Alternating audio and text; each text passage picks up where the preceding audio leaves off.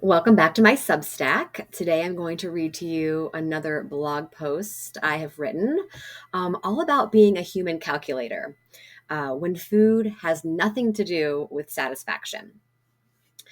At one point in my life, if you've known me for a while, I could tell you the fat, carbohydrates, protein, and calories in just about everything because I'd memorized the data as a way to shrink or control my body. I was so proud of this quote unquote power to be a human calculator. I felt as though I was a better dietitian and a better human because of this skill, quote unquote. There was one particular moment when I started to realize my human food calculator brain was maybe a little disordered. We were sitting at the Thanksgiving table, and I was thinking deeply as I added up all the calories on my plate. Sometimes I even wrote down the food facts on a little notebook, and on this day, I did just that. I remember thinking, no one knows what I'm doing. But then my cousin spoke up.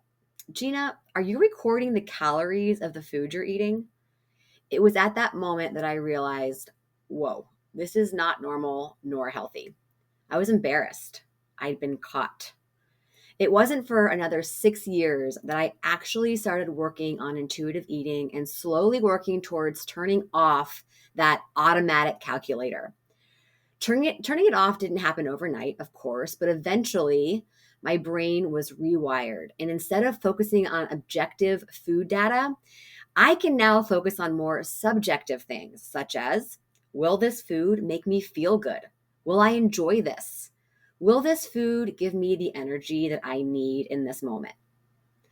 While I believed I felt better calculating my macros and other food metrics, for me and others, more control equals feeling better, at least in the short term.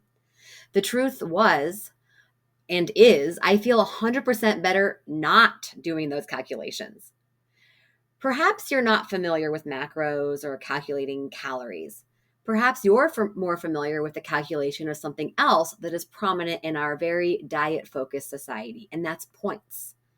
I've worked with several clients who have struggled to get that nagging point calculator to turn off.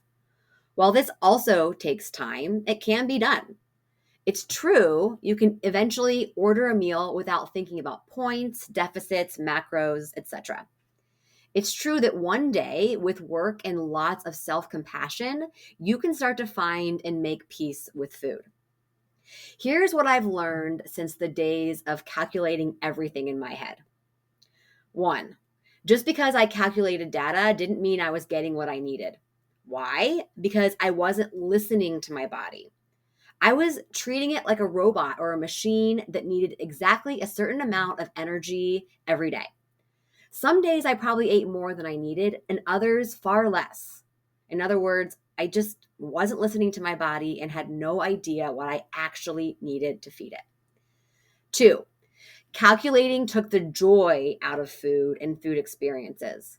I never thought about satisfaction when I calculated, and therefore rarely enjoyed my food. Three, calculating kept me in my mind and detached from my body. As I calculated everything I ate, I was stuck in my executive thinking mind brain while being completely detached from the important signals that my body was giving me. Four, calculating caused guilt and shame when I inevitably went over my predetermined calculations. Guilt and shame are an inevitable part of a life that involves calculations of any type and restrictions. The guilt and shame took over when I assumed I was a failure for not sticking to my very arbitrary rules and guidelines. The truth is, my body was doing everything it could to protect me. So those times when I quote unquote failed was my body's way of protecting me. Thank you, body. Five, today, without a human calculator brain, I am more present when I eat, more tuned in, and better able to experience not only physical fullness, but emotional fullness and satisfaction. Both are important. Diets care about one thing: shrinking your body. Diets want you to think about food as a transaction, not as a means of pleasure or satisfaction. In fact, Diets want you to get little satisfaction from food because, in diet's mind, satisfaction will cause cravings and loss of control. Diets are often short term because we as humans need more from food than just nourishment. We need to eat to live and live to eat. We need both. Thanks so much for listening today, and I'll be back